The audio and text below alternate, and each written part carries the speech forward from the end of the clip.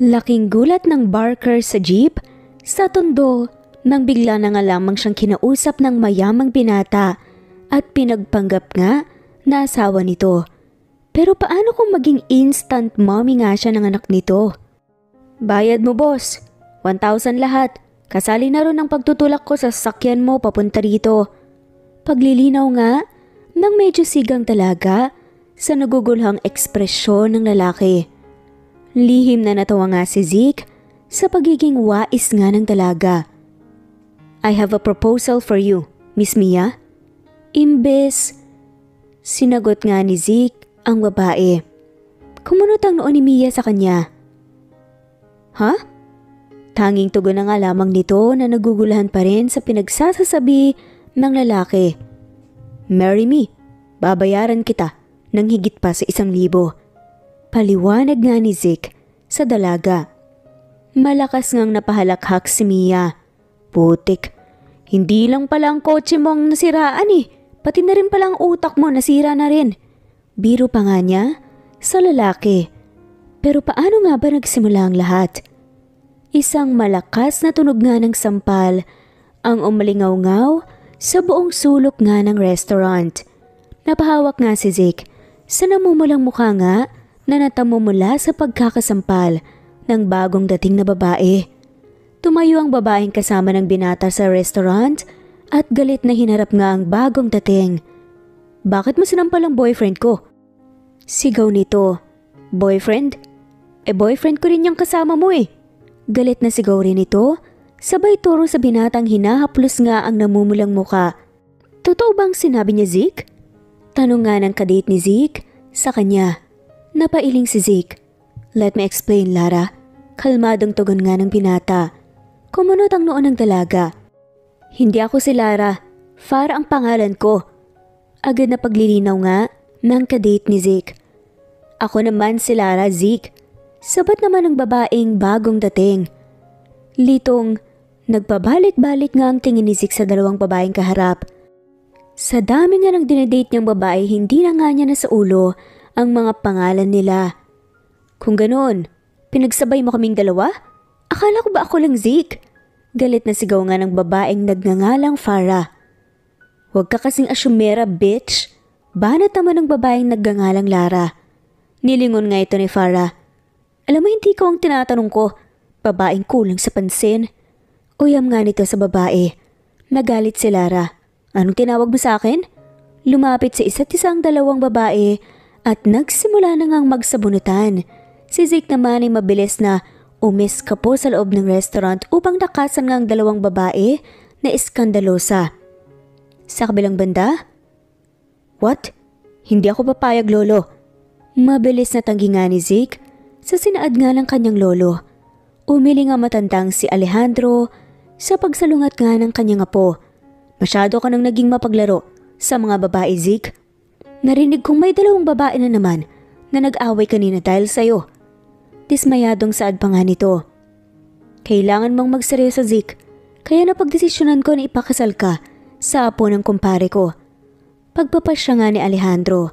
Lo, alam mo namang masyadong obsessed sa akin ang apo ng kaibigan mo.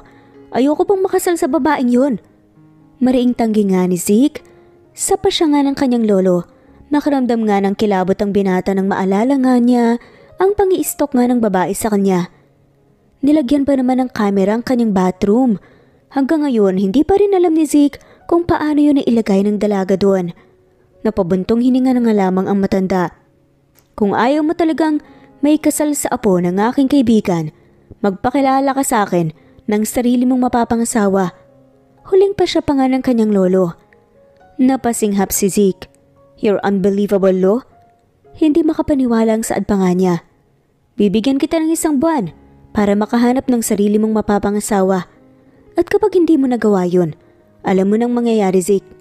May pagbabantang pa siya pa nga ni Alejandro sa kanyang apo. Walang nagawa si Zeke sa pasya ng kanyang lolo. Kailangan niyang makahanap ng babaeng pakakasalan bago pa man matapos ang 1 buwan kung ayaw nga niyang maikasal sa kanyang creepy stalker. Samantala sa terminal nga ng jeep, makikita nga ang isang babae na abala sa pagtatawag nga ng mga pasahero. Suot nito ang isang kupas na pulang shirt at maong shorts. Nakabaliktad ang suot na itim na sombrero at may hawak pang puting face towel. At kung titignan, napakasiga nga nito. Akalain mo pang ang tomboy eh. Tondo! Tondo! Sinong mga sasakay riyan? Patondo! Dito na kayo mga katropa pips! Sigaw nga ng dalagang nagngangalang si Mia. Palamig ka muna Mia. Ani nga ng driver ng jeep at inabot nga sa dalagang isang plastic nga na may lamang soft drink. Malawak nga nang umiti si Mia. Salamat Kuya Jugs ah. Sakto, kanina pa ako nauuhaw eh. Agad nga niyang tinanggap ang inabot nga nito at mabilis na ininom yun. Ay, sarap talaga ng libre. Naisambik nga ng dalaga matapos maubos ang ininom na soft drinks. Natawa nga si Jugs at ang mga kasamahan nga nitong driver sa dalaga. Mia! Mia! Sigaw ng isang ginang mula sa malayo. Tumatakbo nga ito na para bang importante ang sasabihin nito sa dalaga. Mia! Si Popoy! Mia si Popoy! Putol-putol pa nga na saad nga ng ginang nang tuluyan nga itong makalapit sa harap ni Mia. Habol ang hininga nito mula sa pagtakbo. Naalarma nga si Mia sa sinambit nga ng ginang. Ho? Ano pong nangyari kay Popoy? Kinakabahang tanong nga ng sigang dalaga. Isinugod si Popoy sa ospital Mia. Inatake ulit. Agad na naputol nga ang pagsasalita ng ginang. Nang walang ano-ano'y kumaripas na nga ng takbo si Mia. Masyado nang lumala ang butas ng puso ni Popoy Mia. Kailangan na niyang sumailalim ng heart transplant sa madaling panahon. Pagpapabatid nga ng doktor kay Mia, agad na nang hina nga ang dalaga sa narinig mula dito. Naluluhang nga niyang lingon ng bata na natutulog nga sa hospital bed.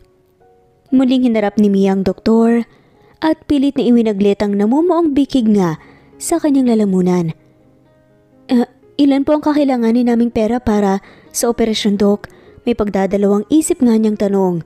Pumuntong hininga ang kaharap ng doktor. Aabot yun ng 1 milyon, Mia. Nag-aalalang sagot nga nito. Muntik nang natumba nga si Mia sa kanyang kinatatayuan sa narinig na halaga para sa operasyon. Saan naman kasi kukuha ang dalaga ng ganun kalaking pera? Parakit-rakit lang siya at sapat lamang yung ipambili ng mga maintenance nga ni Popoy at pangkain nga nila. Muling sumulyap si Mia sa direksyon ng batang si Popoy. Napakuyom nga siya ng sariling kamao. Nanikip nga ang dibdib ng dalaga na pagmasdan nga itong kahit natutulog ay bakas pa rin sa mukha nito ang paghihirap mula sa karamdaman. Saglit siyang napapikit upang iwasan nga ng tuluyan ang pagtulungan ng kanyang luha. Pagkatapos ay muli na nga niyang minulat ang kanyang mga mata at puno ng determinasyon na pinakatitigan nga ang kaharap na doktor. 1 buwan ho. Pwede po bang bigyan niyo po ako ng 1 buwan? Gagawin po natin ang heart transplant para kay Popoy. Kailangan lang po talaga naming maghanda ng pera. Matatag na hayag nga ng dalaga sa doktor. Hindi alam ni Mia kung saan nga talaga siya kukuha ng ganun kalaking halaga sa loob lamang ng 1 buwan. Ngunit gagawin nga niya ang lahat para nga maisalba ang buhay ni Popoy. Kahit pa ibenta niya ang kanyang kaluluwa at katawan, gagawin niya. Madugtungan lamang ang buhay ng batang itinuturing na nga niyang parang sariling anak. Ngayon, kailangan niyang tumanggap ng maraming racket. Kung meron lang sanang darating na tao na mag-aalok sa kanya ng 1 milyon ay agad nga itong tatanggapin ni Mia. Bahala na kung anong kapalit. Basta maoperahan lang si Popoy. Samantala, inis na nahampas nga ni Zeke ang hood ng kanyang sasakyan. Kung kailan namang nagmamadali, ngayon pa nga siya nasiraan. Mag-iisang buwan na simula nang nakipag-deal nga ang binata sa kanyang lolo at ngayon nga ay papunta na nga sana si Zeke sa meeting place ng kaibigan niya kasama ang inirekomenda nga nitong babae na magpapanggap bilang kanyang mapapangasawa. Inilibot nga ni Zeke ang kanyang tingin sa buong lugar at lalo nga siyang nakaramdam ng matinding iritasyon dahil wala ni isang taxi ang dumaraan. Nasiraan ka ata ng sasakyan, boss. Ani nga ng isang boses na narinig nga ni Zeke mula sa likuran. Agad na lumingon nga ang binata at tumambad sa kanyang isang babaeng mukhang gusgusin. Lihim siyang napangiwi sa itsura nito. Naglakad ang babae papalapit sa kanya, kaya wala sa sariling napaatras si Zeke. Kumunot ang noon ng babae sa naging reaksyon niya. "Huwag kang matakot sa akin, boss. Hindi ako snatcher dito, no?" Natatawang sambit pa nga ng babae sa binata. Napakamot na nga lamang sa sariling noo si Zeke. Sorry. Reflexes ko lang yon." May pagdadalawang isip nga na pagdadahilan niya. Tumango na nga lamang ang babae at binalingan nga nito mga tensyon ng nasirang sasakyan ni Zeke. "May alam akong repair shop malapit dito, boss. Gusto mo ba samahan kita ron?" Suwestyon pa nga nito sa kanya. Lihim pa nga na pinasadahan nga ni Zeke nang tingin ng babae sa kanyang harapan. Mukha lang itong gusgusin pero sa tingin niya, mapagkakatiwalaan naman siguro. "Hindi ba ako makakabala sa'yo, miss?" May pag-aalinlangan pa nga ng tanong ni Zeke sa babae. Mabilis na umiling naman ang babae. "Oks lang, boss." Sagot nito, sabay thumbs up pa nga sa kanya. Magkatulong na itinulak nga ng dalawang nasirang sasakyan papunta sa repair shop na iminungkahi nga ng dalaga. Nasa bungad na pa lamang sila ng shop ay bumungad kaagad sa kanilang isang matabang lalaki na sa tingin ni Zeke ay kasing edad lamang niya. "Hoy Mia, bagong customer mo?" Tanong nga nito sa kasama nga niyang babae. Tumango ito. "Oo, pakiasikaso muna ha. Kukunin ko muna ang mga kagamitan sa loob." Utos nga ng babae rito. Kunot noong sinundan nga ni Zeke ang babae na naunang pumasok nga sa shop. "Halika boss, pasok muna tayo sa loob." Panyaya pa nga ng matabang lalaki kay Zeke. Tumango si Zeke at sumunod. "Nagtatrabaho bang babaeng yun rito?" Tanong nga ni Zeke sa lalaki. Saglit siyang nilingon nito. Si Mia ba?" "Oo, nagkukumpon na rin siya dito." Sagot nga ng matabang lalaki sa kanya.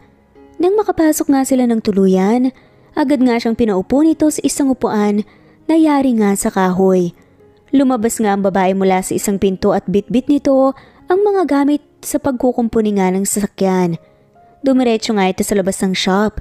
Sumunod nga si Zeke sa babae. Gusto niya makita kung maalam nga ba ito sa ganoong trabaho. Nang makalabas nga siya, ay inabutan nga niya ang babae na sinusuri ang hood ng kanyang sasakyan. Pinagmasdan niya ang babaeng ginagawang trabaho nito. Sa nakikita niya, mukhang sanay na sanay nga ang babae sa pagkukumpuni ng sasakyan. Nang biglang tumunog nga ang cellphone ni Zeke sa kanyang bulsa, indikasyon na may tumatawag. "Hello pre, nasan ka na?" Agad na bungad nga sa kanya ng kaibigan mula sa kabilang linya. "Pasensya na pre, hindi ko na atay tutuloy ang inirekomendo mo sa akin." Sagot nga ni Zeke sa kanyang kaibigan. "Ha? Bakit? May nakita ka ba ang ibang prospect?" Takang tanong nga ng kaibigan niya sa kabilang linya. Napangiti si Zeke habang tinitignan nga ang babaeng abala sa pagkukumpuni ng kanyang sasakyan. "Meron na at sigurado na ako sa kanya." Tugon pa nga ni Zeke sa kaibigan na nasa kabilang linya. Nakita niyang kumaway pa nga ang dalaga sa kanyang direksyon. "Boss, tapos na! Pwede mo na tong subukan paandarin." Siga nga na pahayag nga ng babae sa kanya. Ibinaba ni Zeke ang linya at naglakad na nga papunta roon. Pumasok siya sa sariling sasakyan at sinimulan nga itong buhayin. Hindi naman siya nabigo dahil agad naman itong umandar. Muling bumaba nga si Zeke. "Ano boss, ox ba?" Bungad nga ng dalaga sa kanya. Ngumiti si Zeke. "Hindi halata sa postura mo na marunong ka pala sa ganitong trabaho." Puri nga nito sa dalaga na sa pagkakadinig niya, nagangalang Mia. Mahinang tumawa ang babae. "Malit na bagay boss." Mapagmalaki pang ang sagot nito. Nagtaka si Zeke nang biglang ang inilahad nga ang kanang palad sa kanyang harapan ng babae. "Bayad mo boss, 1,000 lahat. Kasali na rin ang pagtutulak ko sa sasakyan mo papunta rito." Paglilinaw nga ng dalaga sa naguguluhang ekspresyon nga ng lalaki. Lihim tuloy natawa si Zeke sa pagiging wais ng dalaga. "I have a proposal for you, Miss Mia." Imbes na sagutin nga ang sabi nga ng babae, sagot nga ni Zeke ay proposal. Kumunot noo tuloy si Mia sa kanya. Ha? Naging tugon nga ng dalaga. Marry me at babayaran kita ng higit pa sa 1,000. Paliwanag nga ni Zeke sa dalaga. Malakas na humalakhak tuloy si Mia. Putik, hindi lang palang kotse mo pa nasiraan eh. Pati rin pala utak mo nasiraan na rin. Biro pa nga niya sa lalaki. Nang tiningala na nga niyang lalaki, seryoso lamang itong nakatingin sa kanya. Deal? Agad nga niyang sagot na ikinabigla ng binata. What? Gulat na sambit nga ni Zeke sa sagot ni Mia. Lumukot ang mukha ni Mia. Bakit? Ayaw mo? Kailangan ko pa bang magpakipot? Taas kilay pa nga na tugon nga ng dalaga. Hindi naman sa ganoon. Hindi ka man lang ba nagtaka kung bakit inaanyayahan kitang pakasalan? Nalilitong paliwanag nga ni Zeke sa dalaga. Nagkibit balikat naman si Mia. Bakit pa? Ang sabi mo sa akin babayaran mo ako ng higit pa sa 1,000. Sino ba naman ako para ayawan, di ba? Pera na yan eh. Walang kagatol-gatol nga na sagot pa nga ng dalaga. Hindi nakasagot si Zeke. Inaasahan kasi niyang marami nga itong magiging tanong at kailangan niya pa itong himukin pero hindi pala. Sabi mo higit pa sa 1,000, di ba? Siguro naman mababayaran mo ako ng 1,000,000, hindi ba? Nakahalukip-kip pa nga at diretsahang tura na nga lamang ni Mia dahil kailangan niya ng ganong halaga para sa kanyang tinuturing nga na anak. Ngumisi si Zeke. Barya lang sa akin ng 1,000,000, miss. Tugon pa nga nito. Humingos tuloy si Mia. Magre-request na ba ako ng 1,000,000,000? Pagbibiro pa nga nito. Mukha lang cool si Mia pero sa loob-loob ng dalaga, gusto na nga niyang maglupasay nang iyak sa sobrang saya. Halos 1 buwan na nga siyang rumarakit ng kahit na anong trabaho pero malaki pa rin ang kulang niya sa ipon para tuluyan nga maoperahan ang anak-anakan nga niyang si Popoy. Kaya kahit hindi niya alam ang dahilan ng lalaki sa paghalok nga nito ng kasal, ay go na agad siya. Si Zeke naman kahit na nagtaka sa mabilis sa pagsang-ayon nga ng dalaga, labis pa rin siyang natuwa. Hindi naman pala kamalasan ang pagkasira ng kanyang sasakyan dahil nakilala niya ang babaeng pakakasalan niya. Naging malinaw para kay Mia ang marriage proposal nga ni Zeke sa kanya. Pinaliwanag ng binata na kailangan nga nitong may pakilalang babae sa kanyang lolo bago pa man matapos ang 1 buwan para hindi nga ito maikasal sa stalker nito. Kaya heto ngayon si Mia, sakay siya ngayon ng kotse ng binata papunta na nga sa bahay ng mayamang Robles. Kahit alam ng dalaga na fake lang ang gagawin nila, hindi pa nga rin niya mapigil ang kabahan. Madalas kasi, sa nakikita nga niya sa mga pelikula, ay hindi nagustuhan nga ng mga mayayamang pamilya ng lalaki ang babaeng ipakikilala nga nito, lalo na kung nagmula nga ito sa mahirap na pamilya. Baka kasi, buhusan nga siya ng tubig ng nanay nito. Ayos lang sana kung aalokin siya ng pera para layuan ng lalaki, di go agad siya kung mangyari man yun. Huwag mo sanang tanggapin kung aalokin ka ng pamilya ko ng 1,000,000 para layuan ako. Basag nga ng binata, saktong-sakto sa imahinasyon nga ni Mia. Natawa na nga lamang ang dalaga. Ganun ba? Bala ko pa naman sanang tanggapin kapag may iaalok sila sa akin eh. Makikipag-negotiate pa nga sana ako. Sagot nga nito sa binata. Napailing at natawa na nga lamang si Zeke. Kakaiba talaga ang babaeng to, sa isip-isip nga niya. Kapag pera talaga ang pag-uusapan, ang bilis mong makapagdesisyon na. Tugon nga niya sa sagot nga ng dalaga. Matunog na humalakhak si Mia. Hindi naman siguro ako aayawan ng pamilya mo, no? Biro pa nga niya. Tumango si Zeke. Basta mapaamo mo lang ang anak ko, panigurado tanggap ka na nila kaagad. Sagot pa nga niya sa biro nga ng dalaga. Napasinghap si Mia. Oh, may anak ka na pala? Hindi makapaniwalang tanong pa nga niya. Muling tumango si Zeke. Yes, anak ko sa una kong asawa. Matapat nga niyang sagot kay Mia. Napanganga si Mia at napatakip nga sa sariling bibig. May asawa ka na pala eh, bakit kailangan mo pa akong pakasalan? Gagawin mo pa akong kabit? Hysterical nga na tugon nga ng dalaga sa pag-amin nga ng binata sa kanya. Natawa nga si Zeke sa reaksyon ng dalaga. Don't worry Mia, matagal na kaming divorced ng una kong asawa. Paglilinaw nga nito. Na-curious tuloy si Mia sa buhay pag-ibig nga ng binata. Gusto niya itong tanungin kung bakit naghiwalay nga ito at ang una nitong asawa. Pero pinigilan ng dalaga na pairalin nga ang pagiging chismosa. Ramdam kasi niya ang sensitive na topic yon para kay Zeke. Nandito na tayo. Basag nga ni Zeke sa namumuong katahimikan nga sa pagitan nilang dalawa. Bumukas nga ang malaking gate sa harapan upang tuluyang makapasok ang sasakyan ng binata. Napanganga ang dalaga sa nasaksihan. Nang tuluyan ngang huminto ang sasakyan, hindi na nga hinintay pa ni Mia na pagbuksan nga siya ng binata. Agad siyang bumaba ng kotse at manghang pinagmamasdan nga ang malaking mansyon sa kanyang harapan. Teka, ito ba ang bahay niyo? Hindi naman ito bahay eh. Mansyon to pre, mansyon. Ignoranteng komento pa nga ng sigang si Mia sa binata. Mahinang natawa si Zeke sa inasal nga ng dalaga. Let's go? Tugon nga niya rito. Marahang ipinalibot nga ni Zeke ang kanyang braso sa maliit na bewang ni Mia at iginaya nga papasok ang dalaga. Nang tuluyan nga silang makapasok, agad na nagsiyukuan nga ang mga nakalinyang maids. Welcome back, Master Zeke. Magkasabayang pagbati pa nga ng mga to sa binata. Marahang siniko nga ni Mia ang bewang ni Zeke. Naks, Master daw oh. Nagbibirong bulong pa nga ng dalaga. Mahinang tumawa nga si Zeke pagkatapos ay nilingon nga niya ang head maid ng kanilang mansyon. Nasaan sina Lolo at Mirna? Tanong nga ni Zeke dito. Nasa dining area sila Sir Zeke. Hinintay na kayo ni na Sir Alejandro doon. Sagot nga ni Mirna sa binata.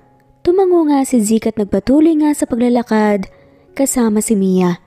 Pagdating nga nila sa dining area, napalingon kaagad sa kanilang direksyon ang mga taong naroon. Kinabahan nga si Mia sa walang reaksyong mukha nga ng 4 na taong nasa lamesa. Tumakbo ang batang babae na sa tingin niya ay mas bata pa nga kay Popoy. Papa, you are here na!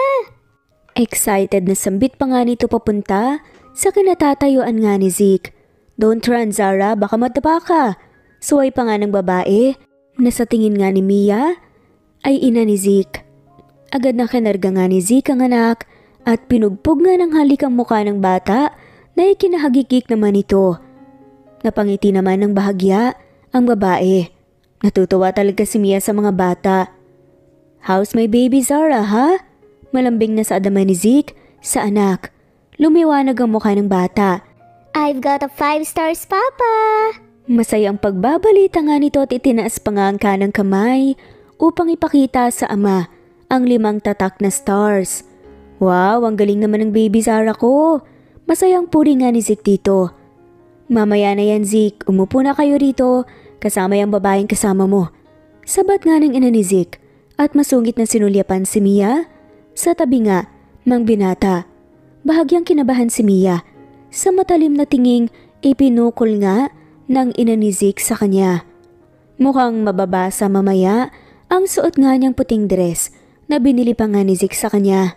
Let's go Mia, bulong nga ni Zeke sa kanya.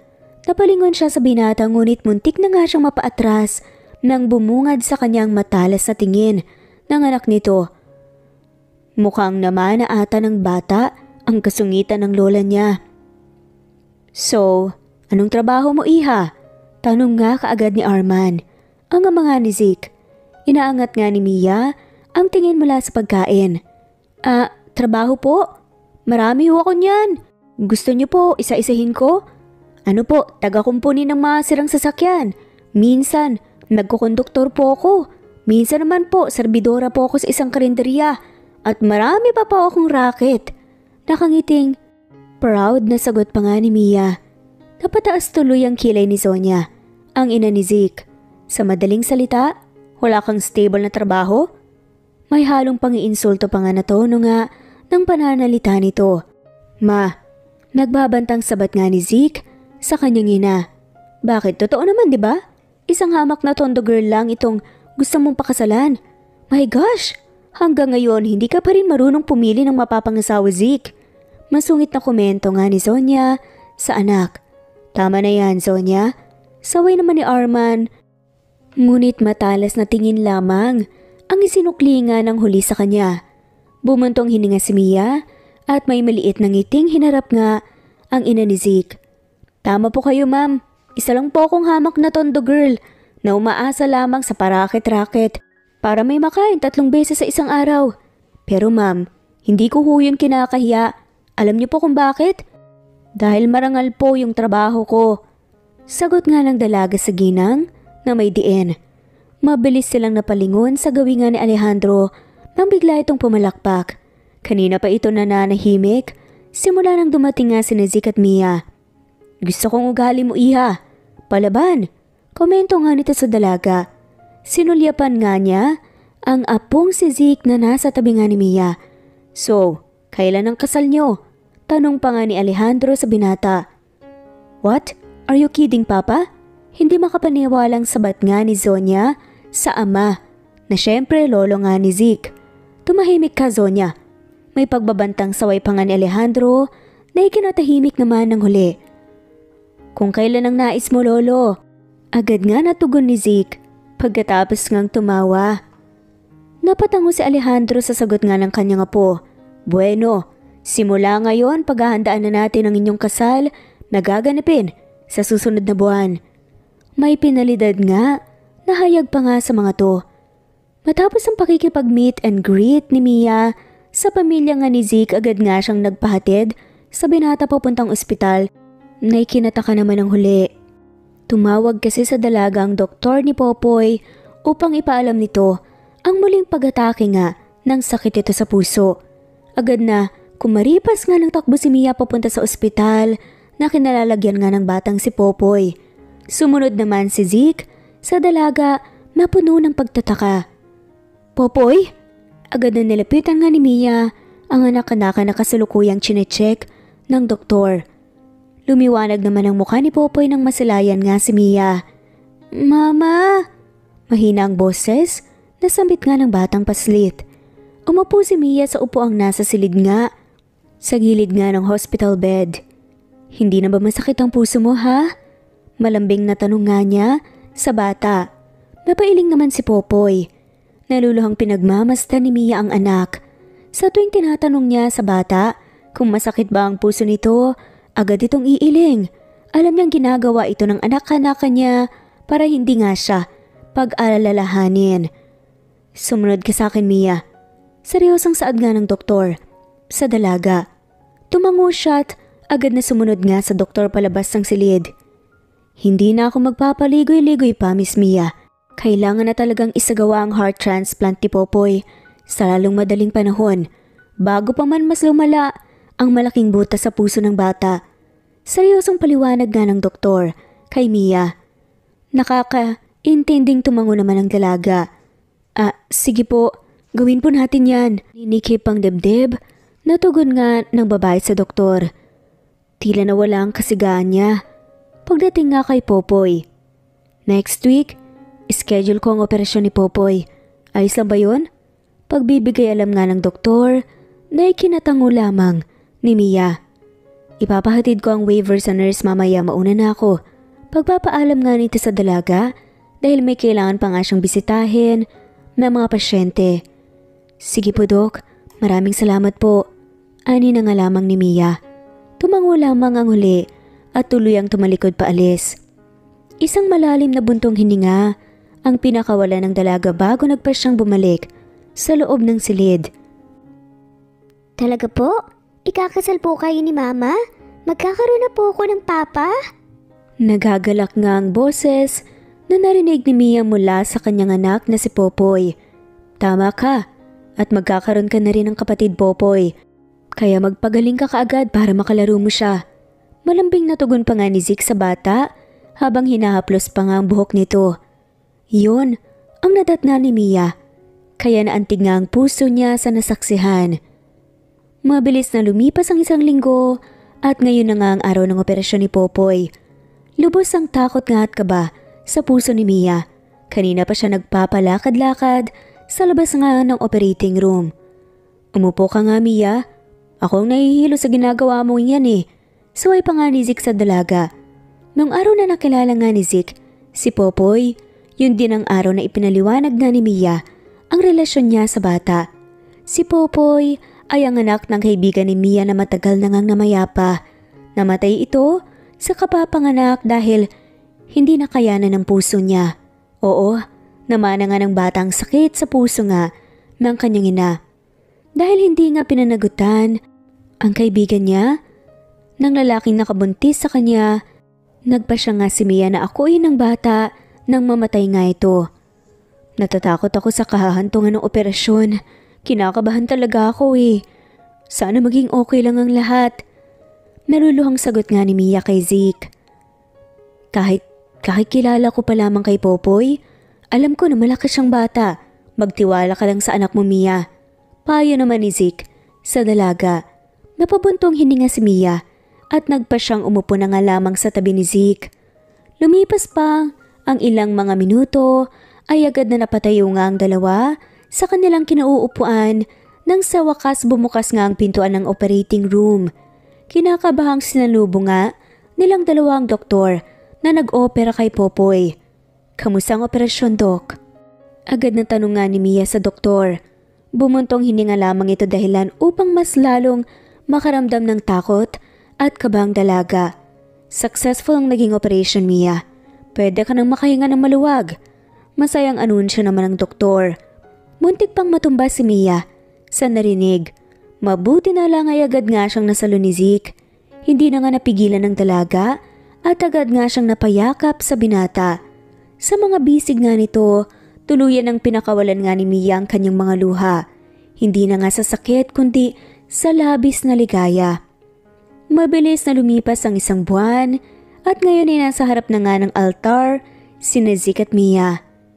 Zeke Robles, tinatanggap mo ba na maging kaisang dibdib si Mia Alba, na maging kabiyak ng iyong puso sa habang buhay, sa hirap at ginhawa, sa sakit man o kalusugan, at mamahalin mo siya sa habang buhay gaya ng sagratong utos ng Panginoon? Sambit nga ng pare. Opo, Father. Walang pagalin lang ang sagot nga ni Zeke. Bumaling ang pare kay Mia. Mia Alba, tinatanggap mo ba na maging kaisang dibdib si Zeke Robles, na maging kabiyak ng iyong puso sa habang buhay sa hirap at ginhawa, sa sakit man o kalusugan, at mamahalin mo siya sa habang buhay gaya ng sagradong utos ng Panginoon? Sampit nga nito sa babae. Opo, Father. Sagot naman ni Mia. Matapos magpalitan nga ni Zeke at Mia ng kanilang vows at singsing, masayang inanunsyo na nga sa wakas ng pare ang pagiging mag-asawa nga nilang dalawa officially. Zeke Robles and Mia Alba, matapos ninyong ihayag ang mga pangako at pag-ibig sa isa't isa at ang pangako na mamahalin nyo ng tapat ang isa't isa at ang pangako na magmamahalan ng tapat, ipinahahayag ko ngayon na ikaw, Zeke Robles at Mia Alba ay mag-asawa na opisyal. Deklara nga ng pare. Nakangiting nilingon nga ng pare si Zeke. Mr. Robles, you may now kiss the bride. Sambit na nga nito sa lalaki. Ilang linggo na nga ang lumipas mula nang maikasal nga si Zeke at Mia. At ilang linggo na rin mula nang tumira na nga si Mia sa bahay ng kanyang asawa. Nakaramdam ng kilabot ang babae sa salitang naibanggit sa kanyang isip. Asawa? Dumating na ba si Zara galing sa eskwela Ate Lena? Agad na tanong nga ni Mia sa maid ni inassign nga mismo ng lolo ni Zeke. Abala ito sa pagwawalis ng sahig nang marinig nga ang tanong ni Mia at agad nga itong lumingon sa direksyon niya. Kanina pa po ma'am. Simula nang sinundo po siya ni Sir sa school at hinatid dito sa bahay nang makaalis si Sir, agad po yung gumayak sa kwarto niya at hindi na po ulit bumaba. Sagot nga ng katulong. Sa tanong nga ni Mia, napabuntong hininga na nga lamang si Mia. Mula nang manirahan nga siya rito, hindi maganda ang pakikitungo ng bata sa kanya. Humingi naman ng pasensya si Zeke para sa inaakto nga nito. Ang paliwanag ng lalaki sa kanya, takot nga ang bata na Maagawan nga niya ito ng atensyon mula sa ama, lalo na't wala itong ina. Naintindihan naman yun ni Mia. Lumaki ang batang walang kinikilalang ina at tanging ama lamang nito at ang mga grandparents ang nakagisnan. Kaya alam niyang mahirap para sa bata na tanggapin na may bago na nga itong ina at yun nga si Mia. Nagpasya si Mia na magluto nga muna ng ulam bago sadyain ang bata sa sarili nitong kwarto. Kinatok ni Mia ang kwarto nito. Zara, hindi ka pa ba tulog? Masuyo nga niyang saad. Bumaba ka muna saglit. Maghapunan muna tayo. Ayaw, sasabay na lang po ko kay Papa. Sagot nga ng bata sa loob ng kwarto. Nag-text ang papa mo na malilate siya ng uwi kaya sabay na tayo para hindi ka magutom. Malilipasan ka niyan. Panghihimok pa nga ni Mia sa bata. Ayaw ko nga po sabi. Zara, alam kong galit ka sa akin dahil sa biglaang pagdating ko sa buhay niyo ng ama mo. Pero wag mo hayaan ang sarili mo na magutom dahil lang sa ayaw mo sa akin. Malungkot na sambit naman ni Mia para dito. Hindi ito sumagot. Isang nakakabinging katahimikan ng namayani sa pagitan nila ng ilang segundo. Maya-maya pa mabagal nga na pumihit nga ang seradora ng pinto at ito ay agad na bumukas. Tumambad kay Mia ang bata na suot pa ang uniforme. Nakayuko ito at tila ba nahihiya nga sa inasal nito kanina. Napangiti si Mia sa kakyutan nito. Gusto mo bang tulungan kitang magbihis bago tayo maghapunan? Malambing pa nga niyang saad. Umangat nga ang ulo nito at may pagdadalawang isip pa nga na tumango. Tinulungan nga ni Mia ang bata sa pag-half bath, pagbibihis at maging sa pagsusuklay ng buhok nito. At hindi nakaligtas sa paningin ni Mia ang palihim na pagsilay nga ng mga ngiti mula sa labi nito. Alam ni Mia na sa kabilangan ng pagsusungit ng bata, nakakubli nga rito ang isang pagnanais na makaranas nga ng pag-aalaga mula sa isang ina. Nagustuhan mo ba ang niluto kong ulam? Masayang tanong pa nga ni Mia sa batang magana ngang kumain. Natawa si Mia. Alam mo, paborito rin niya ng anak ko eh. Kwento pa nga niya sa bata. Kulat itong napatangala sa kanya. May baby ka rin po, tita? Inosenteng tanong pa nga nito sa kanya. Tumango si Mia. Oo, mas matanda lang siya sa'yo ng 3 taon. Sagot pa nga niya. Bakit hindi niyo po siya sinama dito? Puno nga ng pagtatakang tanong nga ng bata kay Mia. Hindi pa kasi pwede. Tugon niya sa batang si Zara. Kumunot ang noon nito, mas lalong nalito sa naging tugon nga ni Mia. Bakit po hindi pwede? Mausisang tanong pa nga nito kay Mia. Naaaliw talaga siya sa kadaldalan nga ng bata. May sakit kasi siya.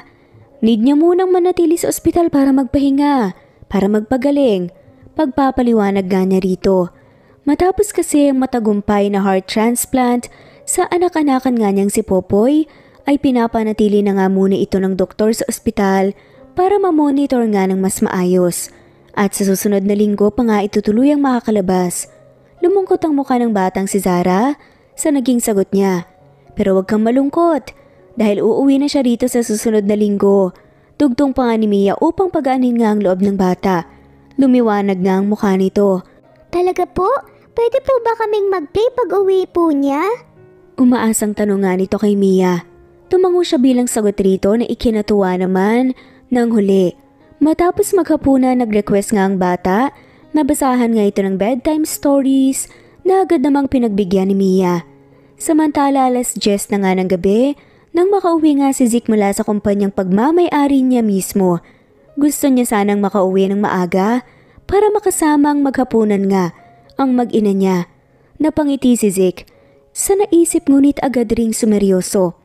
Nang maalalang contract wife niya lamang ang babaeng si Mia.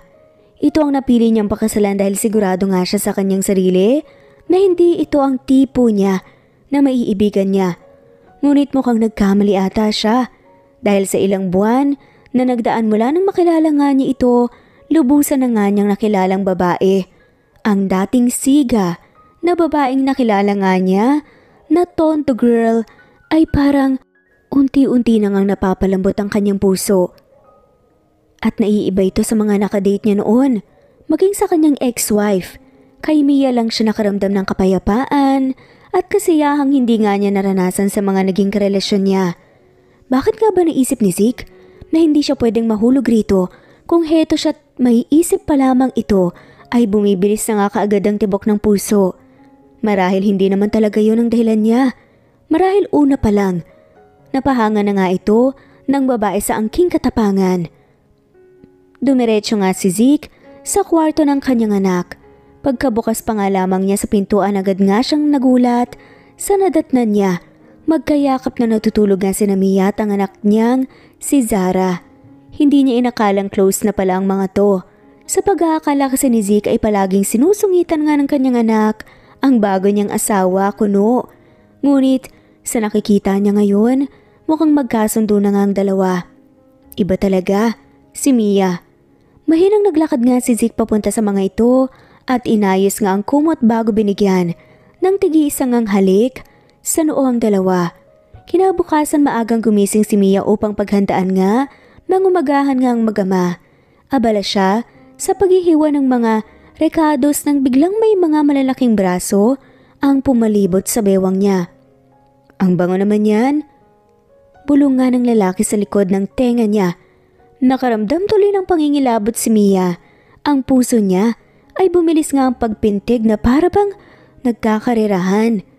Nang makabawi nga, sa pagkabigla agad nga niyang siniko ang lalaki at hinarap nga ito. Ano ba, Zeke? Gusto mo bang atakihin ako sa puso dahil sa mga pinaggagawa mo? Nabigla ako sa'yo ha. Kunwaring inis na saad nga ni Mia sa asawa. Napahalakhak si Zeke. Huwag ka nang magalit, wife. Nilalambing lang naman kita eh. Tugon pa nga nito at muling lumapit nga kay Mia upang punasan nga ang namumuong pawis sa noo nito. Simula nang tumira si Mia sa bahay nga ni Zeke, ganito na nga umaktong lalaki na parang tunay nga silang mag-asawa. Idagdag mo pa na palaging nakalantad ang six-pack abs nito tuwing umaga. Gusto tuloy magkape ni Mia at ito na lang ang gawin niya na pandesal. Tama ng kalandian mo, Zeke. Ang mabuti pa, tulungan mo na lang ako na paghandaan ng umagahan. Tsaka magbihis ka na muna. Utos nga ni Mia kay Zeke. Bakit? Naakit ka ba sa katawan ko, wife? Biro pa nga ni Zeke sa kanyang asawa. Lumukot ang mukha ni Mia sa isinambit nito. Hoy, go na Zeke. Kapag ikaw talaga mahamugan, huyo ka sa akin. Irap pa nga natugon ni Mia sa asawa.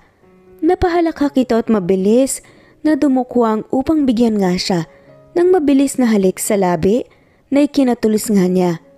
Si Zeke naman ay malaki ang ngiting pumanhik sa kwarto at nagbihis. Pagkatapos ay mabilis nga itong bumalik sa kusina para tulungan nga si Mia sa pagluluto. Sumapit ang isang linggo at ngayon ay papunta na nga si Mia sa ospital upang sunduin si Popoy. Sumama rin si Zara na excited na makilala nga ito. Hawak ni Zeke at Mia ang magkabilang kamay ng bata habang naglalakad patungo sa ospital room ni Popoy. Nang tuluyan nga silang makapasok, nakita ni Mia ang masayang pakikipagkwentuhan ng anak sa nurse at doktor. Tita, siya po bang baby mo? Curious na tanong pa nga ni Zara sa tabi niya. Tumango nga si Mia rito. Oo be, siya si Popoy, ang anak ko. Sagot niya rito sabay sulyap nga sa anak niya na hindi pa nga napapansin ang presensya niya. Lumingon si Popoy sa kanilang gawi at agad na lumiwanag nga ang mukha nito nang makita sila. Mama, Dada! Tawag nga nito kina Mia at Zeke. Agad na napakunot ang noo ng anak nang madaanan nga ng tingin si Zara. Sino siya, Mama? Nagtatakang tanong nga nito kay Mia habang tinuturo nga si Zara na malaki ang ngiti kay Popoy. Remember my daughter na ikinukwento ko sa'yo? She's Zara, your soon-to-be sister. Nakangiting sagot pa nga ni Zeke sa tanong nga ng bata. Muling nagliwanag ang mukha ni Popoy sa narinig na sagot mula kay Zeke. Talaga po? Hindi makapaniwalang sambit pa nga nito. Niyuko ni Zeke ang anak na si Zara. Go baby, magpakilala ka sa kuya Popoy mo. Malambing na utos pa nga nito sa anak niya.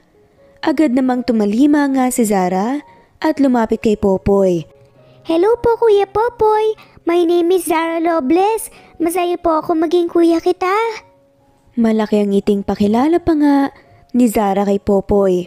Namanghang uli sa kakyutan nga ni Zara. Hindi nito napigilang sundutin ng mahinang matambok na pisngi ng bata. Lumingon si Popoy kay Mia. Mama, ang cute ng magiging kapatid ko. Masayang hayag pa nga nito sa kanyang ina. I'm not cute Kuya Popoy, I'm pretty. Tutol nga ni Zara sa puri ni Popoy sa kanya. Natawa si Mia pati na nga rin ng nurse at doktor na nakatingin nga sa kakyutan ng dalawa. Matapos noon, agad silang nagpaalam sa doktor at nurse ni Popoy bago nagpa siyang umalis. Ngayon, kumakain nga sila sa isang restaurant. Napagdesisyonan kasi ni Zeke na dumaan muna upang doon nga mananghalian. Habang abala nga sa pagkain, ang magpamilya ay may dalawang magaganda at sexy na mga babae ang lumapit nga sa kanilang mesa. Zeke? Oh my gosh, is that you? Gulat na sad pa nga ng isang blonde girl kay Zeke. Kumunot ang noo ni Zeke sa dalawa. Pamilyar sa kanya ang mga to, ngunit hindi niya talaga maalala kung saan at kailan nga niya ito nakilala. Hindi mo pa kami naaalala? Ako si Farah. And this woman beside me is Lara. Kami ang mga ex mo. Nakangiting pakilala pa nga ng dalawa. Lihim nga na napangsinghap si Mia sa narinig mula sa babae. Hindi niya akalain na ganito pala kagaganda ang ex ni Zeke. Alam naman ni Mia na dating playboy itong napangasawa niya kuno. Pero sa hindi may paliwanag na dahilan, nakaramdam nga siya ng insecurities sa mga to. Hindi ko alam na may mga anak ka na pala, Zeke. Sumulyap nga ang babae na nagpakilalang si Farah kay Mia. Asawa? Tugtong pa nga nito. Napahalakhak ang blonde girl na si Lara. Ano ka ba, Farah? Sa sobrang pagka-playboy nitong si Zeke, I doubt na may balak siyang mag-asawa. Pagsalungat pa nga nito sa kasama. Napayuko si Mia. Tama nga naman kasi ito. Kung hindi lang siya, sana tinakot ng lolo nito na ipakasal sa kanyang stalker, sigurado si Mia na hindi nga muling magpapakasal ang lalaki. Hindi sana siya nito pinakasalan. Well, contractual lang naman ang marriage niya kay Zeke. Ibig sabihin nun, may hangganan ang pagsasama nga nilang dalawa. She's my wife, and these two kids are our children. Paglilinaw pa nga ni Zeke sa dalawa. Napaangat nga ng ulo si Mia. Ang dalawang babae naman hindi makapaniwalang napasinghap sa inihayag ni Zeke. Oh my gosh, I can't believe this. You? A known playboy just got married? Hindi makapaniwalang ni isambit nga ni Farah. And don't forget girl, may mga anak rin siya. Dugtong pa nga ni Lara. Lumingon ito sa pwesto ni Mia. Sigurado ka ba dito kay Zeke, girl? Maganda ka naman at mukha ring mabait. Pinilit ka ba ng lalaking to na pakasalan siya? Sad pa nga ng ex ni Zeke. Kumunot ang noo ni Zeke sa narinig. Si Mia naman ay mahinang napatawa sa sinaad nga ng babae sa kanya. Ngumiti si Mia rito. Desisyon kong pakasalan siya. Hindi niya ako pinilit. Sagot nga niya sa matapang na boses. Ang swerte naman ng lalaking to. Iiling-iling pa nga na tugon ni Lara habang nakaturo nga kay Zeke na ngayon ay may suot nga ng ngiti. Ngumiti nga ang dalawang babae sa kanila. Kahit minsan silang nasaktan ni Zeke noon, natutuwa pa rin silang makita ito na masaya sa binuo nitong sariling pamilya. Congrats sa inyong dalawa. Taos pusong pagbati nga ni Farah kina Zeke at Mia. Tumango si Lara. Pagkatapos ay matalas ang mga mata na binalingan ng tingin si Zeke. Sana naman tuluyan na nga nagbago si Zeke lalo na ngayong may asawa at anak na. Pagbabanta pa nga nito. Tumawa nga si Zeke. Losing them is like losing my life, Lara. Hindi ko hahayaang masira itong pamilyang unti-unti kong binubuo. Seryosong tugon niya sa babae. Agad na nagpaalam nga ang dalawang babae at humingi rin ng pasensya sa pang-iistorbo raw ng mga to sa family lunch nila. Lumipas nga ang buwan at namuhay nga ng masaya ang mag-asawa kasama ang mga anak nila Zara at Popoy. Ngunit hindi nila alam na may isang tao sa nakaraan ni Zeke ang babalik at susubok nga sa katatagan nga ng kanilang pamilya sa relasyon nilang mag-asawa. Sino po sila? Tanong nga ni Mia sa babaeng kanina pa nga nakamasid sa bahay nila. Ito ba ang bahay ni Zeke Robles? Seryosong sagot naman ng babae kay Mia. Maganda ang babaeng nasa harap niya. Sopistikadang pananamit at aura nga nito. Tama ho kayo. Kay Zeke nga po tong bahay. May kailangan ba sa kanya? Nakangiting-ani nga ni Mia sa babae. Tumaas ang kilay nito. Maid ka ba ni Zeke rito? Sabihin mo sa kanya. Nandito si Tanya Dominguez, ang asawa niya. Masungit na utos pa nga nito kay Mia. Unti-unting napawi nga ngiti sa mukha ni Mia sa narinig mula sa babae. Ang kaharap niya ngayon ay ang dating asawa ng kanyang asawa ngayon. Plastic na ngumiti na nga lamang si Mia. Wala si Sir Zeke rito, mami. Nasa kumpanya siya ngayon. Alam naman po ninyo kung saan ang daan papunta sa kumpanya ni Sir, diba? Sa halip na sumagot, totoo naman kasi talaga ang nasa kumpanya ngayon, ang asawa. Inirapan lang siya ng babae bago tumalikod at nagmarcha na nga papunta sa sariling sasakyan. Agad na nakaramdam nga ng panlalambot si Mia matapos matanaw ang sasakyan nitong humaharurot na nga papalayo. Magkahalong takot at kabang nararamdaman niya sa pagkakataong to. Ngayong nagbalik na nga ang dating asawa ni Zeke, matatapos na nga rin siguro ang kontrata ng kasal nila. Samantala bala si Zeke sa mga papeles na pinipirmahan niya. Gusto kasi niyang matapos agad para maaga nga siyang makauwi sa kanyang pamilya. Sinulyapan nga ni Zeke ang picture frames na nasa gilid ng mesa niya. Wedding picture at family picture ang mga yon. Napalingon si Zeke sa pinto nang may kumatok mula roon. Come in, sagot nga niya rito. Bumukas ang pinto at iniluwa roon ang kanyang sekretarya. Sir, may bisita ka po. Imporma nga nito sa kanya. Tumango si Zeke. Papasukin mo siya. Tugon nga niya sa kanyang sekretarya. Lumabas ito at maya-maya pa ay bumukas nga ulit ang pinto ng kanyang opisina. At hindi makapaniwala si Zeke sa tinutukoy nga ng kanyang sekretarya na bisita niya. It's none other than his ex-wife Tanya Dominguez. Malaki ang ngiti nitong naglakad papunta sa kanyang mesa.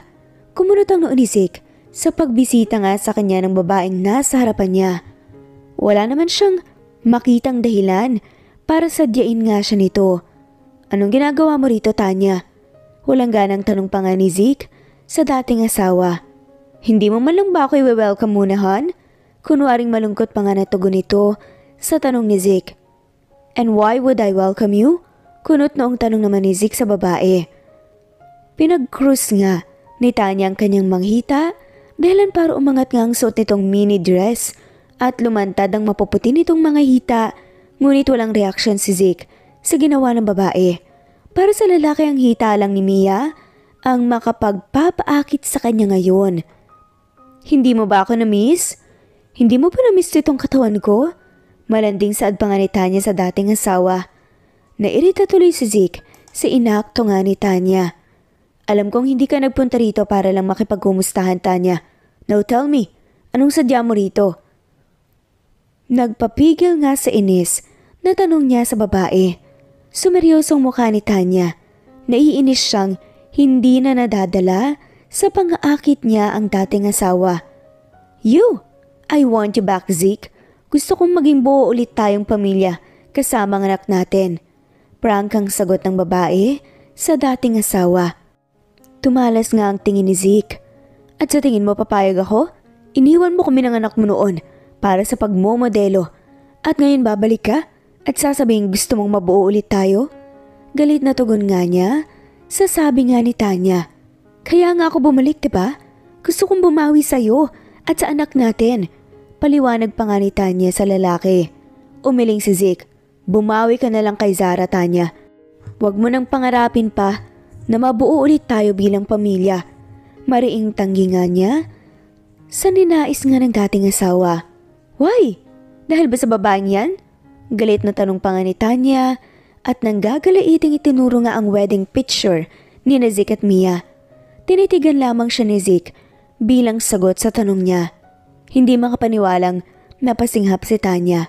Ang babaeng yon, nagpanggap pa talaga siyang kasambahay mo. Sad nga nito nang maalala nga nito. Nakausap nga niya ito kanina. Napakunot noo si Zeke sa narinig mula kay Tanya. Anong sinasabi mo? May pagbabantang tanong pa nga niya rito. Na ano? Na nagpapanggap na maid ninyo ang bago mong asawa? Naging sagot pa nga ni Tanya. Sa isang iglap, mahigpit na hinawakan nga ni Zeke ang braso ng babae. Pumunta ka sa bahay namin? Mapanganib ang boses na paglilinaw pa nga ni Zeke. Napaigik ang babae. Ano ba, Zeke? Bitawan mo nga ako. Nasasaktan ako. Reklamo pa nga nito. Pero hindi nakinig si Zeke at mas lalong humigpit pa nga ang pagkakahawak niya sa braso nito. Kilala niya ang babae.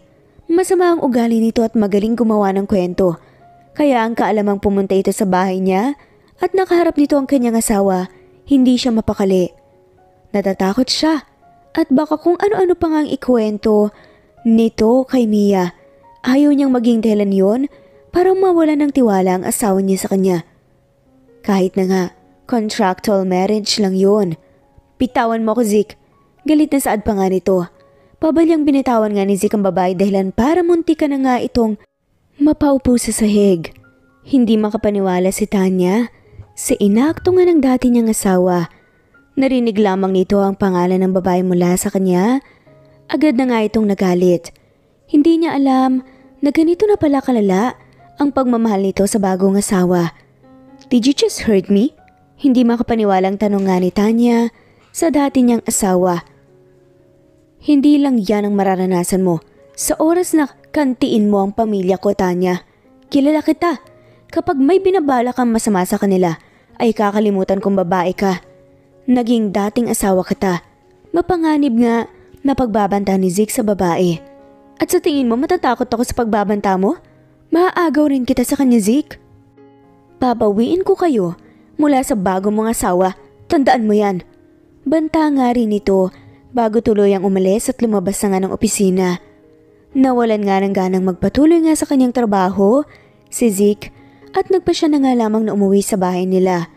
Pagdating niya sa bahay, nadatnan nga niya ang asawa at mga anak sa garden. Nagtatanim nga si Mia habang tumutulong naman ang dalawang bata at masaya nga sila.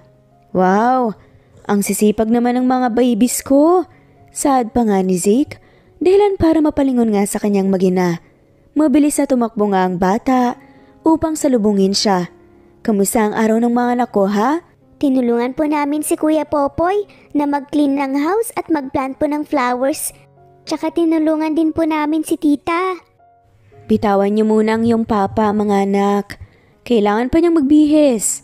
Sibot naman ni Mia na ngayon papalapit na nga sa kanilang mag-ama. Nakangiti ito, pero malinaw nga sa paningin ni Zeke ang lungkot at pangamba na nakaukit nga sa mga mata nito. Sabay na't pumasok nga sa bahay ang magpamilya. Si Mia dumiretso nga sa kusina para magluto ng hapunan nila, samantalang dalawang bata naman sumama nga sa ama para maglinis na nga rin ng katawan. Sumapit ang gabi agad nga na pinatulog nga ni Mia ang mga bata matapos maghapunan. Katatapos lamang niyang magbihis mula sa pagliligo kanina nang biglang may kumatok nga sa pintuan ng kanyang kwarto. Binuksan niya ni Mia at bumuad nga sa kanya ang asawa. Ba't nandito ka? Bakit? Nagtatakang tanong nga nito sa seryosong anyo. Biglang sumikdo nga ang kaba sa kanyang dibdib nang maisip ang maaaring dahilan ng pagpunta ng lalaki sa kanyang kwarto. Naisip nga ni Mia na baka sinadya siya ng asawa rito para tapusin na nga ang kontrata nilang dalawa. Nasaktan siyang isipin na baka nagkabalikan na nga sila ng dati nitong asawang modelo. Nagulat nga si Mia nang bigla nga siyang yakapin ng lalaki. Balak niya sana itong itulak pero humigpit pa nga ang pagkakayakap nito sa kanya. Huwag mo kong iwan, Mia. Pakiusap. Tila nagsusumamong sambit pa nga ng lalaki. Ha? Ano bang pinagsasasabi mo dyan? Litong sagot nga ni Mia sa asawa. Bumitaw ito sa yakap at naluluhang humarap nga sa kanya. Bumalik si Tanya. Gusto niya kaming bawiin ni Zara mula sa'yo. Hindi mo naman kami ibibigay sa kanya, diba? Bakas ang takot sa mukha nito. Napangiti si Mia. Siyempre hindi ko kayo ibibigay sa kanya. Hanggat hindi niyo sinasabi sa akin bitawan ko kayo. Ayaw mo naman sigurong maagaw kayo ng dati mong asawa mula sa akin, diba? Sagot nga ni Mia sa asawa. Agad itong umiling. Nagkatitigan silang dalawa. Pwede ba kitang halikan? Wala sa sariling sambit nga ni Zeke kay Mia. Sure ka na halik lang? Biro pa nga ni Mia sa asawa.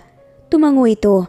Si Mia na nga mismo ang dumikit sa asawa dahilan para wala na ngang natitirang espasyo sa kanilang dalawa.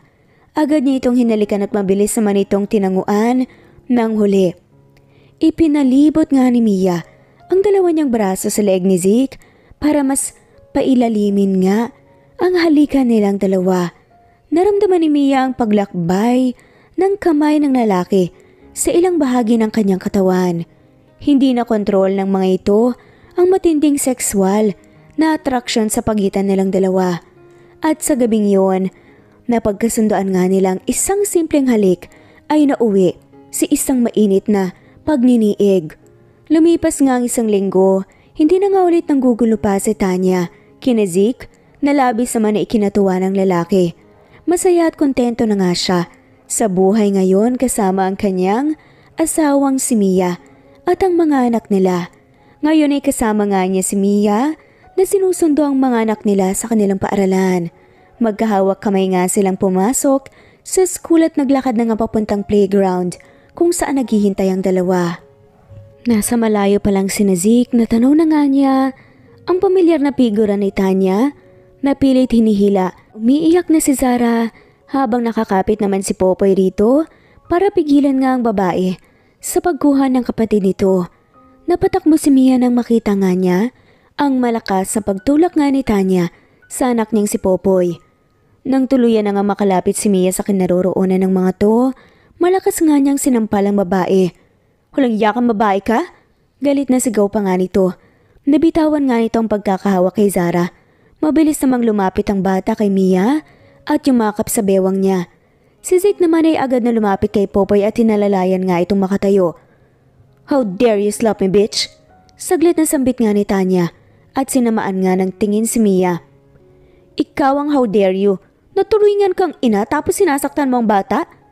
Matapang na tugon nga ni Mia. Sa galit nga na tono, ibinali nga ni Tanya ang tingin sa anak na si Zara. Akma sana itong lalapitan, ngunit mahigpit na yumakap lamang ito kay Mia. Anak ko to. Ako ang totoong ina at hindi ang babae niyan. Pag-aalo pa nga nito sa bata. Pero agad naman umiling si Zara. Hindi! Ayoko po sa'yo, bad ka. Si Tita Mia lang po ang mama ko. Mariing pagsalungat pa nga ng bata sa sinabi ni Tanya. Lalong tumalim nga ang tingin ni Tanya kay Mia. Anong sinusulsul mo sa anak ko, ha? Sinisiraan mo ba ako sa kanya? Sisi nga nito kay Mia. Hindi kita sinisiraan sa kanya, Tanya. Sisihin mo ang sarili mo dahil wala ka sa tabi niya habang lumalaki siya. Sa tingin mo ba ay tatanggapin ka kaagad ni Zara kapag nagpakilala sa kanya bilang ina niya? Galit na tugon nga ni Mia. Sa paninisi nga ng babae sa kanya. Ang kapal naman ng mukha mo para pagsabihan ako. Pangalawang asawa ka lang naman, di ba? Ako ang nauna at ako ang tunay na ina. Nagmamalaking sad pa nga ni Tanya sa kanya. Napangiti si Mia. Ikaw nga ang nauna, pero mahal ka ba? Ikaw nga ang tunay na ina. Nagpapakaina ka ba? Laban nga ni Mia dahilan upang matahimik nga ang babae. Nanlilisik nga ang mga mata nito sa galit. Akma sana itong susugod kay Mia, ngunit agad na pumagitna si Zeke dahilan para mapahinto nga ito. Huwag mong subukang saktan ang asawa ko kung ayaw mong magkaharap tayo sa korte, Tanya. Banta pa nga ni Zeke sa babae. Umalis ka na rito at huwag mo na kaming guguluhin pa, Tanya. Masaya na kami ni Zara ngayon. Huwag mong hayaan na umabot sa puntong kamuhian ka pa ng anak mo. Mariing sambit nga ni Zeke sa dating asawa. Naluluhang sinulya pa ni Tanya ang anak na si Zara ngunit takot na iniwasan lamang nito ang mga tingin niya. Malalim na bumuntong hininga si Tanya at ibinaling nga nito ang tingin kay Mia. Alagaan at mahalin mo sila. Lalong-lalo na ang anak ko, Mia. Tanging naisambit na nga lamang ni Tanya bago tumalikod at mabibigat ang bawat hakbang na umalis sa harapan ni Mia. Naaawang tinanaw nga ni Mia ang papalayong bulto ng babae. Ramdam ni Mia na nais nga ni Tanya na muling mabuo ang pamilyang iniwan niya noon. Pero huli na to. Sobrang huli na. Ilang linggo na nga ang lumipas mula nang manggulo si Tanya sa buhay ng mag-asawa at ngayon nababahalang lalaki dahil sa biglaang pagbabago ng pakikitungo ni Mia sa kanya. Nanlamig ito sa kanya at madalas na uminit nga ang ulo sa tuwing nakikita nga siya. Wife, bakit hindi ako pwedeng tumabi sa iyo ngayon? Alam mo namang hindi ako makakatulog kapag hindi kita katabi, di ba? Paglalambing pa nga niya sa kanyang asawa pero inirapan lamang siya. Huwag mo akong artehan, Zeke. Hindi ko gusto ang amoy mo ngayon kaya umalis ka na. Nasusuka ako sa amoy mo sa totoo lang. Masungit na tugon pa nga ni Mia kay Zeke. Napasimangot naman si Zeke. Ilang araw nang ganito ang asawa niya. Sasabihin ni Mia na ayaw nga siya nitong makatabi.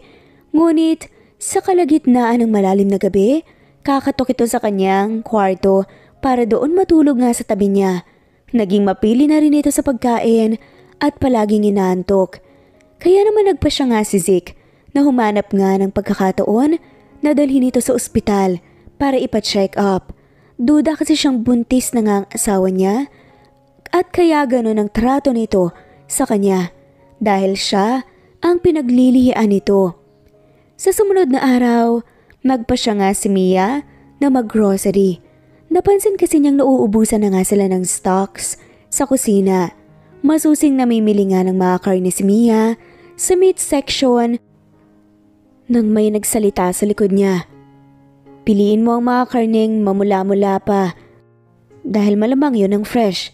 Sad nga nito. Mabilis na nilingon nga ni Mia ang nagsalita at bumungad sa kanya ang masungit na ina ni Zeke. What? Ayoko lang naman na pakainin mo ang anak at tapo ko ng mga hindi preskong mga pagkain. Tas kilay pa nga na paliwanag nga ni Sonia kay Mia. Napangiti na nga lamang si Mia. Kung ganon, bakit hindi niyo na lamang po ako tulungang pumili ng mga karne at gulay, tita? Swestyon nga niya sa biyanan. Masungit nga siya nitong tinitigan at agad ring pumayag sa mungkahin niya. Magkasama nga silang namimili ng mga karne, gulay at prutas, pati sa mga groceries. Sinamahan nga siya nito. Marami itong mga advices at hacks na ibinahagi kung paano nga maging isang mapanuring mamimili. Ngayon ay magkasunod nga silang nakapila sa counter. Mahigpit na napakapit nga si Mia sa hawak na pushcart nang makaramdam nga siya ng pagkahilo. Kanina niya pa yun naramdaman. Gusto rin niyang masuka ngunit pinigilan niya ang kanyang sarili. Are you okay, Mia? Masungit na tanong pa nga ng kanyang biyanan pero mababa na nga sa boses ang pag-aalala. Ayos lang po ako. Hindi na nga. Natuloy pa ang dapat sana na isasagot nga ni Mia nang tuluyan na nga siyang mawalan ng malay. Mabuti na lang agad nga na umalalay ang mga taong nakalinya sa counter para hindi tuluyang matumba si Mia. Agad namang tumawag ng ambulansya si Sonia para nga sa manugang niya. Kahit naman hindi naging maganda ang unang pagkakakilala nila ni Mia, nag-aalala pa rin siya rito dahil asawa pa rin to ng anak niya. Nang mabalitaan nga ni Zeke, mula sa kanyang ina na isinugod nga sa ospital ang asawa na puno nga siya ng pangamba. Mabilis nga siyang lumabas ng kanyang kumpanya at pumunta na nga sa ospital kung saan nakakonfine si Mia. Pagdating ni Zeke, ay natanaw nga niya kaagad ang kanyang ina na kausap nga ang doktor. Ma, ano pong nangyari? Nag-aalalang tanong nga ng binata sa ina nang tuluyan na nga siyang makalapit sa mga to. Siya ang asawa ng pasyente, Dok. Imbes ay tugon nga ng kanyang ina sa doktor. Oh, so you're the husband. Congratulations, Mr. Robles. Ngiting pagbati nga ng doktor kay Zeke na ikinataka nga ni Zeke. Ha? Nalilitong sagot nga niya rito. Tumawa ang doktor at ang kanyang ina. Buntis ang asawa mo, Zeke. Buntis si Mia. Nakangiting paliwanag nga ni Sonia sa naguguluhan nga niyang anak. Saglit na napatigil nga si Zeke sa ibinalita nga ng kanyang ina. Nang makabawi mula sa pagkabigla, walang hiyahiyang nagtatatalon nga siya at napasuntok sa hangin. Nakita nga niya ang nagtatakang paglingon ng mga taong dumaraan sa inakto niya. Ngunit wala siyang pakialam. May suspetsya na nga siyang buntis ang kanyang asawa pero iba talaga. Ang saya kapag nakumpirma na talaga. Masayang gumayak si Zeke. Papasok nga ng ospital kung saan nakakonfine ang kanyang asawa. Nadatnan niya ito na maghanang kumakain ng mansanas. Wife, kamusta ang pakiramdam mo? Tanong nga niya sa asawa sabay lapit nga sa bed nito. Lumingon si Mia sa kanya. Ayos lang naman. Bakit mo natanong? Walang ganang sagot nga nito habang umunguya nga ng mansanas. We are pregnant, wife. Naluluhang sagot pa nga ni Zeke sa asawa. Kuno to ang binalingan nga ni Mia nang tingin nito. Ha? Anong we? Ako lang ang buntis no, Zeke? Paglilinaw nga nito sa kanya. Napatawa na nga lamang ng bahagya si Zeke. No, wife. Tayong buntis. Dahil sasamahan kita sa buong journey ng pagbubuntis mo. Paliwanag pa nga nito kay Mia. Putik, Zeke. Hindi ka na talaga makakaisa sa akin. Malakas na sigaw nga ni Mia sa loob nga ng delivery room. Dahil makalipas nga ang ilang buwan manganganak na nga ang kanyang asawa at heto ngayon si Zeke. Sa tabi nito puno ng kurot, hampas, sapak mula sa sigang asawa. One push pa, misis. Saad nga ng doktor na nagpapaanak nga kay Mia. Agad naman itong sinunod ni Mia at mahabang umiri. Grabe ka, Zeke. Putik ka talaga. Nangihinang saad na nga ni Mia bago tuluyang nawalan nga ng malay dahil sa pagkapagod. Mabilis niyang pinataka ng halikang noo ng asawa habang umuusal ng I love you at salamat. Napaluhan ng sobrang saya si Zeke habang pinagmamasdan nga ang bago nilang anak na ngayon malakas na umiiyak sa kamay ng doktor. 1 taon matapos manganak nga ni Mia. Ngayon, nagbabalak nga si Zeke na mag-propose nga ulit rito. Gusto niya maikasal ulit sa asawa na walang halong kondisyon. Wala ng kontrata, purong pagmamahal na lang ang dahilan. Tumunog ang cellphone ni Zeke mula sa kanyang bulsa. Agad niya itong sinagot nang makitang ang ina niya ang tumatawag. Hello ma? Sagot nga niya sa kabilang linya. Tapos ko nang maayusan si Mia, Zeke. Ilang minuto na lang darating na kami riyan. Imporma nga ng kanyang ina sa kabilang linya. Ang kanyang ina ang ginawa nga niyang kakutsaba para hindi mahalata ni Mia ang plano niyang pagpo-propose dito. Kunyari niyaya nga ng ina niya si Mia na mag-shopping at magpasalon bilang girls bonding nila habang si Zeke naghahanda. Ngayon ay nakahanda na nga sila at si Mia na lang ang hinihintay. Nilingon nga ni Zeke ang 3 niyang anak. At sobrang cute nga ng mga to. Naka-formal suit nga si Popoy, katulad ng sa kanya samantalang si Zara naman, suot nga ang isang cute na dress na parang pang prinsesa. Sobrang saya nga nila, sobrang cute ng mini version dress nga ni Zara. Samantala pauwi na nga si Mia at biyanan niya mula sa pagsha-shopping at pagsasalon. Nagaya kasi ito sa kanila dahil ito raw ang unang girls bonding nila na agad namang pinagbigyan ni Mia. Naabutan na nga sila ng gabi dahil sa kung saan-saan nga siyang shop, dinala nito. Nang makarating nga sa bahay agad nga siyang bumaba sa sakyan. Excited nga siyang ipakita sa asawa at mga anak ang binili niyang mga gamit para sa mga to. Guys, nandito na si Mama. Masayang anunsyo nga ni Mia nang tuluyan na nga siyang makapasok sa bahay. Ngunit agad siyang nagtaka nang walang mga bata na sumalubong sa kanya. Sobrang tahimik ng buong kabahayan. Napakunot noo siya. Nakita nga ni Mia ang isang nakatuping papel sa ibabaw ng sofa. Kinuha niya ito at binasa. If you want to see me and our children, puntahan mo kami sa likod ng ating bahay. See you there, wife. Ang pogi mong asawa, Zeke. Basa nga niya sa nakasulat. Napaangat nga siya ng kilay. Inisip nga ni Mia kung ano na naman kaya ang pakulo ng kanyang asawa. Agad namang pumunta si Mia sa likod ng kanilang bahay. Madilim roon. Kukunin niya sana ang cellphone upang gawing pang-ilaw pero agad namang lumiwanag ang buong paligid. Puno ng mga umiilaw na puso ang buong lugar. Sa dulo nito ay naroon nga ang pamilya ni Zeke. Ang mga kakilala niya sa tondo, ang dating doktor at nurse ni Popoy, at syempre, ang kanyang asawa at mga anak. Mia, my wife, alam kong nagsimula lamang sa kontrata ang kwento ng pag-ibigan nating dalawa. Pero ngayon, gusto ko na yung wakasan. Natigilan nga si Mia sa isinasaad nga ng asawa. Dahil sa pagkakataong to, sa harap ng mga taong naging parte ng journey natin bilang mag-asawa, hinihingi kong muli ang iyong kamay. Wala nang kontrata, wala nang kondisyon, at wala nang pagkukunwari. Kaya Mia Alba Robles. Nakita nga ni Mia ang paghakbang ng mag-ama sa harapan niya. Kasama nito ang yaya na siyang nakahawak nga sa 1-year-old nilang anak. Unti-unti nilang hinarap ang mga to. Hawak nga ang placard na ngayon lamang napansin ni Mia. Hawak ni Popoy ang placard na may word na will, samantalang si Zara naman ay you at ang bunso na si Zane ay Mary. Ang kay Zeke naman ay sarili niya lamang. Will you marry me, my wife? Sambit ni Zeke sa kanya. Napaluha si Mia. Arte pa ba ako? Syempre yes na kaagad. Walang paligoy-ligoy nga na sagot nga ni Mia. Naghiyawan naman ang mga saksi sa proposal ni Zeke sa kanya.